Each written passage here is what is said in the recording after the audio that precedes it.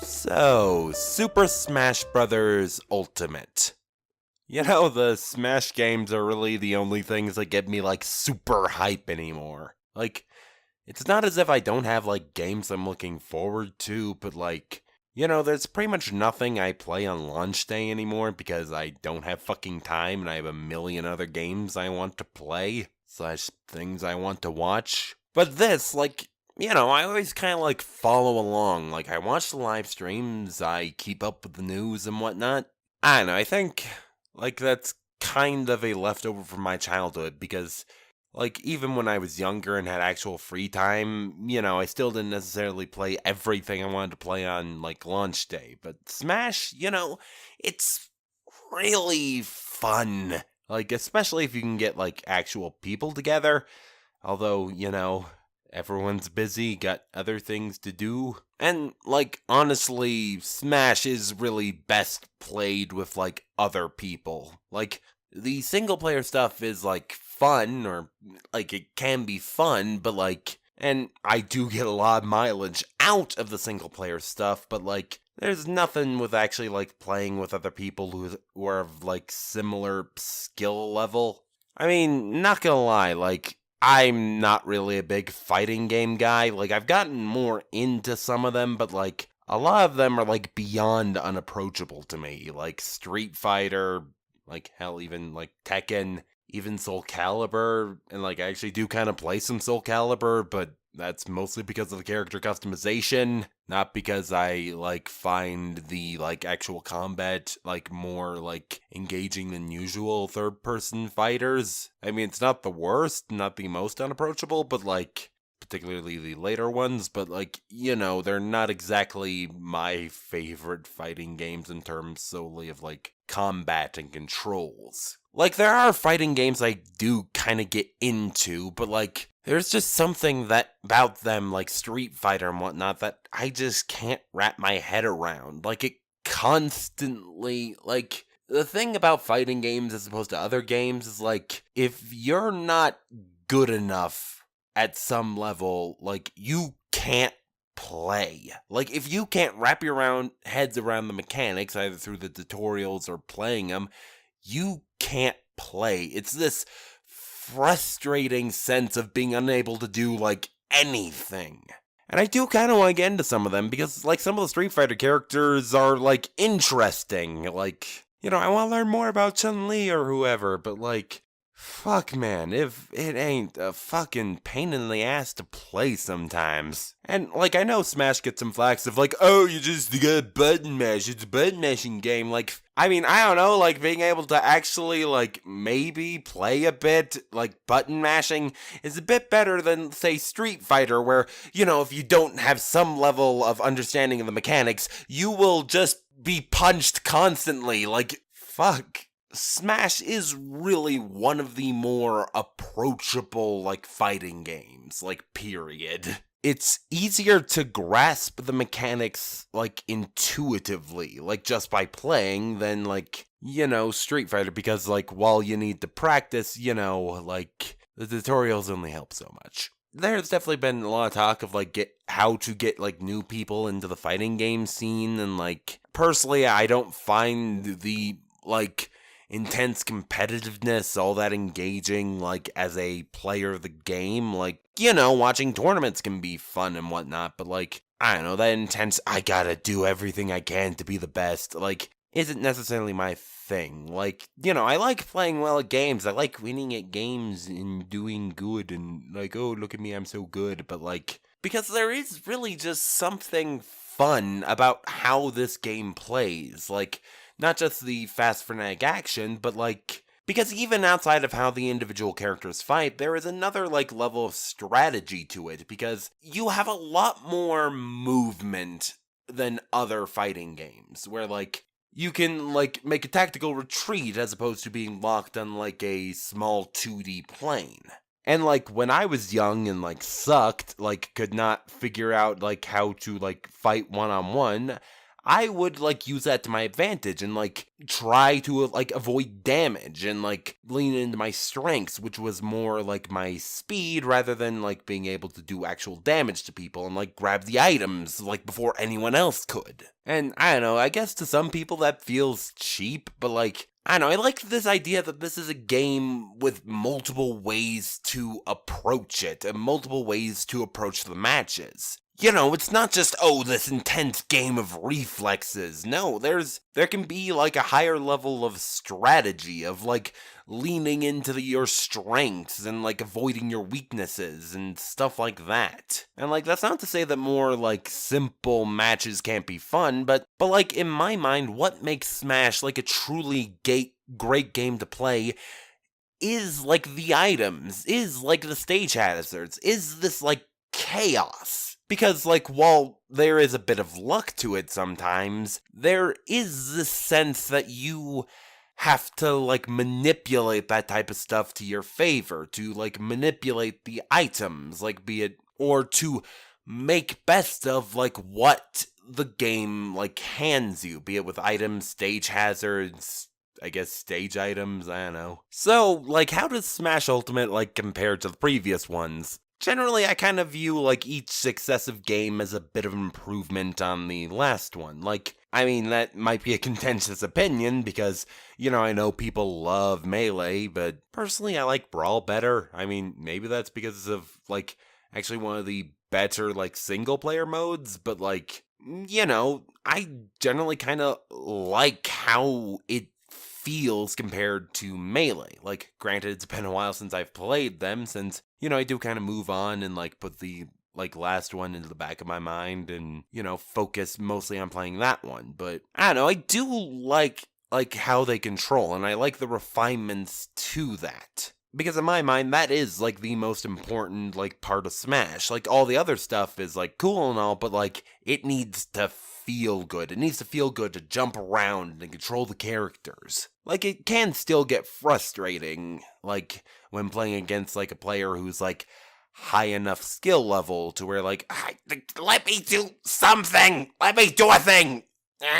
But that is, like, a far rarer feeling than, like, other fighting games, Street Fighter. Like, especially since, like, I actually do like the difficulty balancing of, like, the CPUs, where, like, 9 is a challenge. There's a chance I might lose, but, like, you know, it's not so overwhelming that, like, I can't do anything. It's still something I can, like, even if I end up losing, I still put up a good fight. You know? So, like, I do feel the need to, like, mention, like, their adventure mode. And, like, I didn't hate it, but, like, I don't know, I did like Subspace Emissary, like, a lot more. Like, the adventure mode from, like, Brawl. Hey, remember that Melee had an adventure mode? It was a bit limited, but, I don't know, there was something, like, charming to it, but, you know, the ones in Brawl and Ultimate are a lot more fleshed out. And the adventure mode in Ultimate also draws, like, heavily from a new mechanic introduced in Ultimate, and that's spirits. Well, I say new, but they're basically stickers from Brawl, but more fleshed out. Basically, they're little pictures of characters from various Nintendo games / well, games participating in Smash, essentially. Like, there's a lot of, like, Street Fighter and, like, Metal Gear and, you know, stuff from the series of, like, guest characters. And, like, they, like, add, like, different stats, as well as, like, having, like, kind of a base number that represents, like, your strength. In addition to, like, a bunch of other ancillary effects, like, you know, starting off giant, starting off metal, stuff like that. And, like, there was something similar in Brawl, like, they were basically stickers were actually something you placed on the bottom of, like, a fighter's trophy, since, like, that one, Brawl, still, like, heavily emphasized, like, the trophies, which are gone from Ultimate, but we'll get back to that. And, like, an interesting thing with that is, like, well, how many stickers you can have on a fighter depends on how much room there was, like, how much room these stickers took up on the bottom of a trophy's base, which is actually a pretty interesting way of handling that. But now, unlike stickers, like, each, like, spirit has their own, like, fight associated with it, kind of, like, done up to tie into, like, the character or thing that they represent. Like, you know, like, picking a fighter that matches, like, and, like,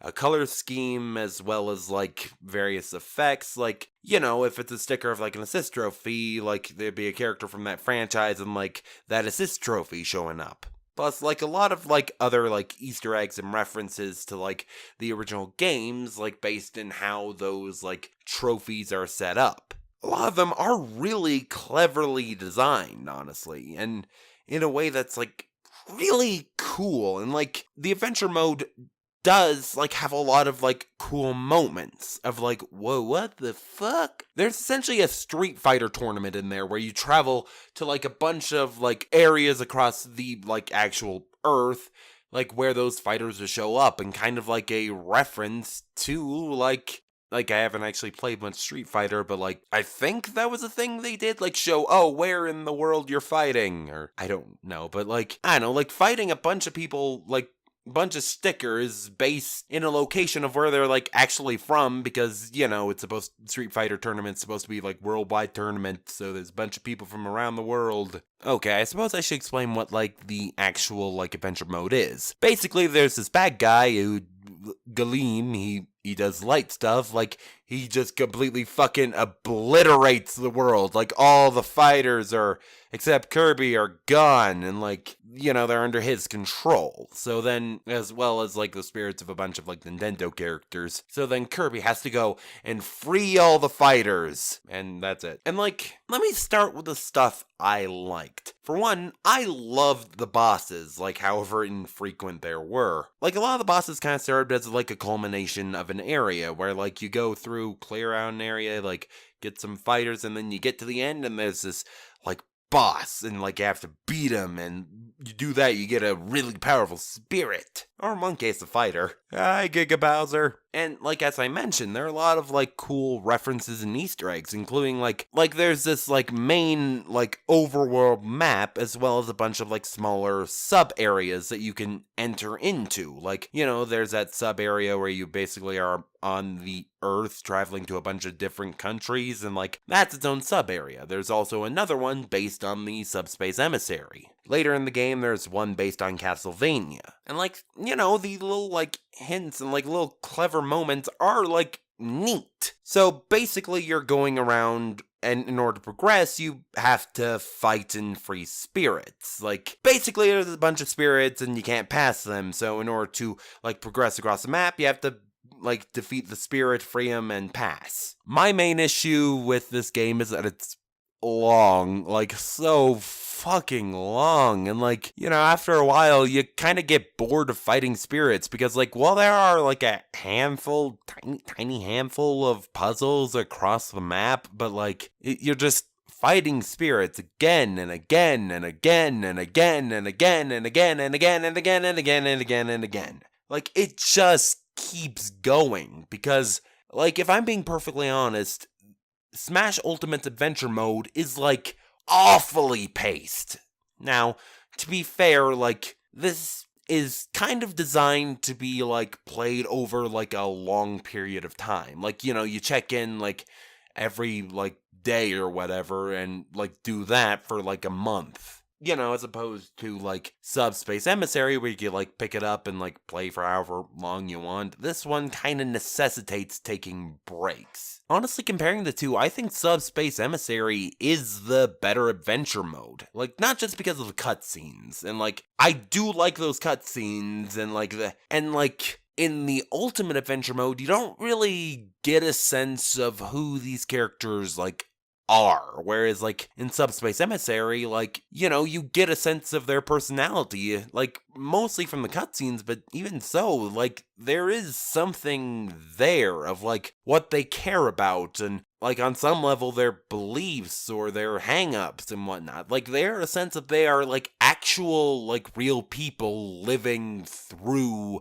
a cataclysm, a calamity, a like bad guy showing up. You get a sense that they are like individuals, and like you get a sense of like how they would react to a like event, a bad event, a big bad event that threatens their world. Whereas, like, in the World of Light, which is the name of this adventure mode, they are pretty much just soulless automatons. They are collectibles. Like, it doesn't matter, like, who Mario is as a person, or who Link is, Kirby, whoever. They are just collectibles. Like, there's some sense of their personalities in, like, the opening cutscene, but, like, there's, like, only a small handful of cutscenes, pretty much just at the beginning and the end. Even then, only the first one really, like, emphasizes the characters of the fighters, but, like, they don't have personalities in this adventure mode. They are just things to collect. They are just extra options when going into a fight. Whereas in Subspace Emissary, there's a sense of a living, breathing world. Plus, like, it's not just the cutscenes, and, like, while they do, like, certainly help with the pacing, in my mind, what really makes Subspace Emissary is the platforming sections. You know, it's not just, like, an endless series of fights. No, like, there are, like, traditional fights, and they are fun, but most of it is, like, platforming, and, like, you know, it spices up the action a lot more in Subspace Emissary, where, like, you know, you're going through, like, jumping around and whatnot, going through, like, the obstacles, and, like, whatever, like, new obstacles they may be in there, and, you know, fighting a variety of enemies, and, like, that is then broken up with, like, traditional fights, and, like, as well as, like, a handful of boss fights, Whereas, like, in, like, the World of Light, you have spirit fights, a couple of puzzles, like, I mean, they're barely puzzles, honestly, but, you know, and then some boss fights, like, but beyond that, it's just this endless barrage of spirit fights, the same thing over and over and over. Honestly, you get high enough level spirits, and, like, most of the spirit fights are, like, meaningless, and by the end of it, it just felt like a grind, like just something I want to get through so I can get to the end. And honestly, the final boss I fucking loved, but the grind to get there is just so long. A mindless spirit fight that I have to put no effort in to win again and again and again, with maybe the occasional tough one, the occasional spirit that, it might be a bit challenging, but you do it again and again and again. Whereas, like, with Subspace Emissary, that's not to say there were no, like, repeats in the action, but, you know, it was so much better paced. The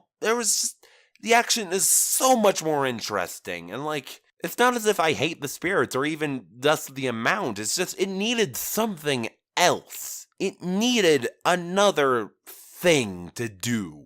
Granted, they do seem to have different, like, design priorities and a different, like, intended way of engaging with it, whereas, like, Subspace Emissary is, you know, something you could theoretically play in one session. The World of Light is not really structured with like that, especially with, like, how you, like, level up spirits, because they take, like, actual real world time to pass in order to, like, basically, like, enhance your spirits from, like, a dojo where you sit there, where, like, a spirit sits there and gains experience, which maybe, like, level up some spirits that can be enhanced to level 99 and then enhance them to a brand new spirit, or, like, there are places where you can take your spirit to, like, change their properties, like, maybe make them lighter, or maybe, like, make them, like, have stronger attack and by sacrificing, like, their defense or something. I guess the best way to describe it is kind of like a mobile game. Like, I mean, there are a lot of bad mobile games, but, like, the design principles behind some of them aren't necessarily bad. Like, you know, a game that you could just, like, pop in, like, every so often, like, every day or so, and, like, you know, do some enhancements that, like, don't require, like, a lot of investment, but are, a fun thing to do.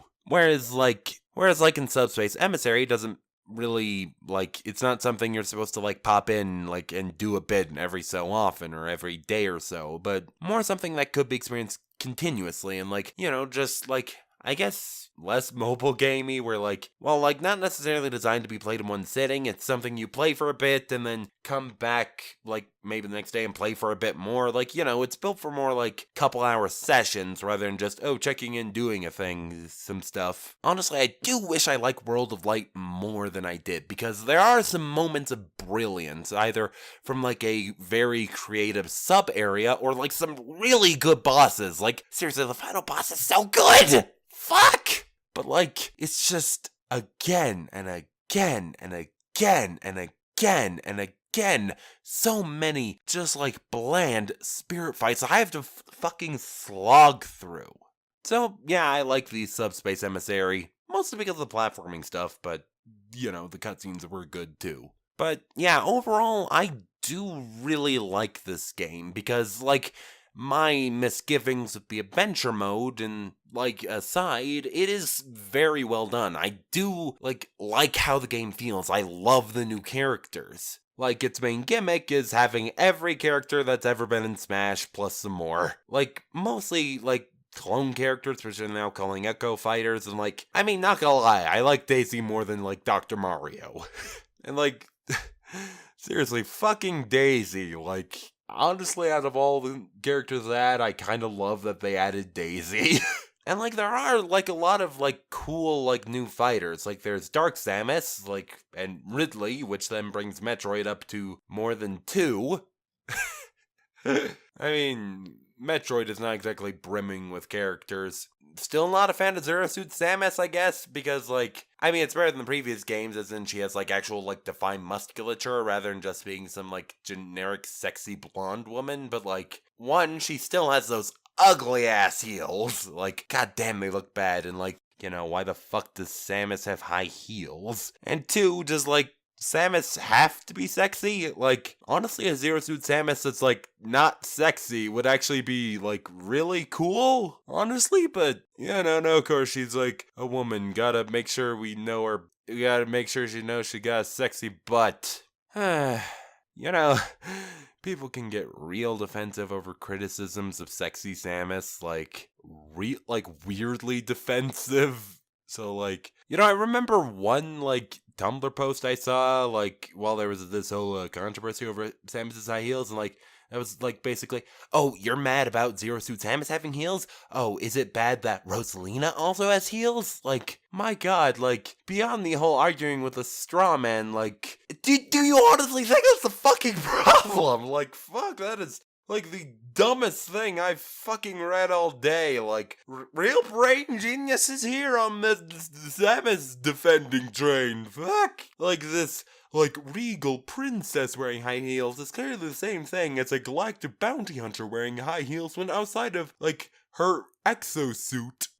Truly the same thing. Fuck. I mean, these are the people who think Ryu having, like, being shirtless is the same thing as a camera staring at Samus's wedgie-clad ass. Like, they're both clearly just as sexualized. I mean, there's no such thing as framing or emphasis in character design. No. Was not expecting to go on this much about Samus, but goddamn, gamers can be, like, bad sometimes. I mean, speaking of which, like, as much as I love the roster, it is very much a sausage fest. I mean, there's more women now than there, like, was before. Brawl had, like, 5. Like, we had Peach, Samus, Zero Suit Samus, Zelda, and maybe Sheik. 5 women out of, like, 35 characters. Like, and, you know, like, Wii U added a significant amount, although, like, a good chunk of, like, the women characters we have in there, like, aren't, like, exclusively women in the way that most of the men are. Like, you know, we got Villager, who you can choose a female Villager, or Wii Fit Trainer has a male option, you know? Like, it's an improvement, but, like, it's still kind of pathetic. Because, like, out of 70 characters at this point, like, not including, like, Echo Fighters, I guess, like, there are only a small handful of, like, exclusive, like, women, like, characters that you can't play as a guy. Like, this is fucking progress. Like, oh, but video games don't have a problem with women. And, like, my criticisms of, like, you know, the treatment of women aside, like, I do really like the roster. Like, I mean, there's an inordinately high amount of Fire Emblem characters, but hey, they're fun. Honestly, the only one I'm a little weird on is Bowser Jr., like, why is he here?